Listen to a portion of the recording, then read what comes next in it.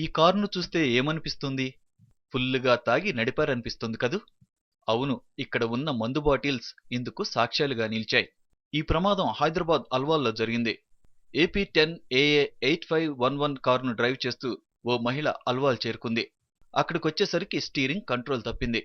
దీంతో ఈ black colour car 5 వాహనాలను ఢీకొట్టింది.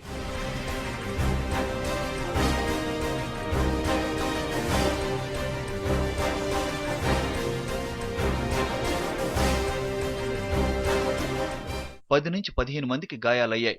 తీవ్రంగా గాయపడిన ఓ వ్యక్తిని ఆస్పత్రికి తరలించారు. మహిళ అతిగా తాగి డ్రైవ్ చేయడం వల్లే ప్రమాదం జరిగిందని బాధితులు చెప్తున్నారు. పైగా ర్యాష్ డ్రైవింగ్ చేయడం వల్ల ఎక్కువ వాహనాలను ఢీకొట్టారని చెప్తున్నారు. పట్టుకోవడానికి ప్రయత్నించగా లేడీ తప్పించుకున్నట్లు వివరిస్తున్నారు. లేడీ డ్రైవింగ్ ర్యాష్గా డ్రైవింగ్ చేసుకుంటూ మా వెహికల్ని గుద్దేసి మా తర్వాత ఉన్న ఇంకా వెహికల్స్ అన్ని గుద్దేసుకుంటూ she was trying to escape. So మేము చేజ్ చేసామని పట్టుకోవడం జరిగింది. So she was fully drunk and డ్రైవింగ్లో ఉన్నది.